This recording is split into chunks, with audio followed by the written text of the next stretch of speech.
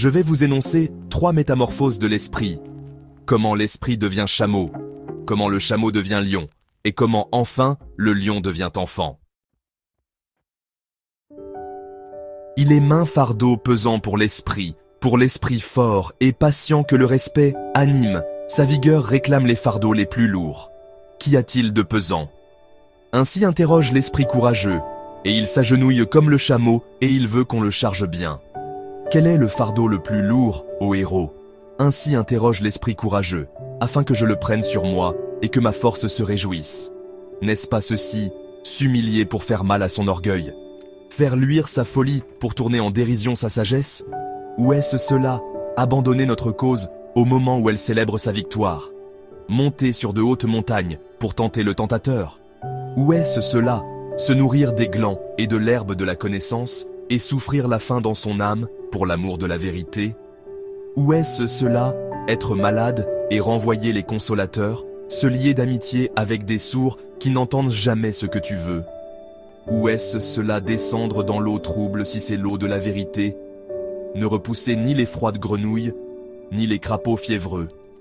Ou est-ce cela, aimer qui nous méprise et tendre la main au fantôme lorsqu'il veut nous effrayer?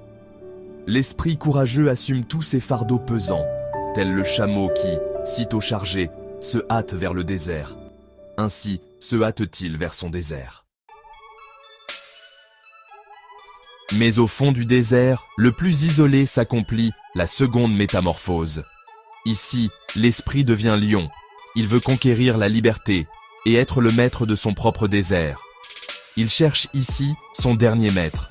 Il veut être l'ennemi de ce maître et de son dernier dieu. Pour la victoire, il veut lutter avec le grand dragon. Quel est le grand dragon que l'esprit ne veut plus appeler ni dieu ni maître? Tu dois s'appeler le grand dragon. Mais l'esprit du lion dit « Je veux ». Tu dois le guetter au bord du chemin, étincelant d'or sous sa carapace aux 1000 écailles. Et sur chaque écaille brille en lettres dorées. Tu dois. Des valeurs maintes fois séculaires brillent sur ces écailles, et ainsi parle le plus puissant de tous les dragons. La valeur de toute chose brille sur moi. Toute valeur a déjà été créée, et toutes les valeurs créées sont en moi.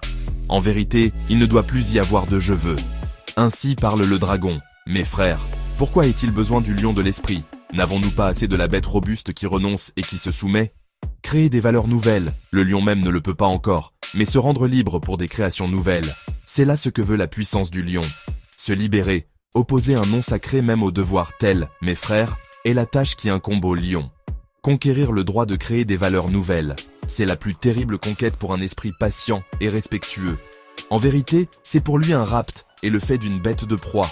Il aimait jadis le tudois comme son bien le plus sacré. À présent, il lui faut trouver l'illusion et l'arbitraire, même dans le plus sacré. Afin d'assurer sa liberté aux dépens de son amour, il faut un lion pour un tel rapt. Mais dites-moi mes frères, que peut faire l'enfant que le lion n'ait pu faire? Pourquoi faut-il que le lion féroce devienne enfant? L'enfant est innocence et oubli, un nouveau commencement et un jeu, une roue qui roule sur elle-même, un premier mouvement, un oui sacré. Oui, pour le jeu de la création, mes frères, il est besoin d'un oui sacré. C'est sa volonté que l'esprit veut à présent, c'est son propre monde que veut gagner celui qui est perdu au monde. Je vous ai nommé 3 métamorphoses de l'esprit, comment l'esprit devient chameau, comment l'esprit devient lion, et comment, enfin, le lion devient enfant. Ainsi parlait Zarathustra. Et en ce temps-là, il séjournait dans la ville qu'on appelle la vache multicolore.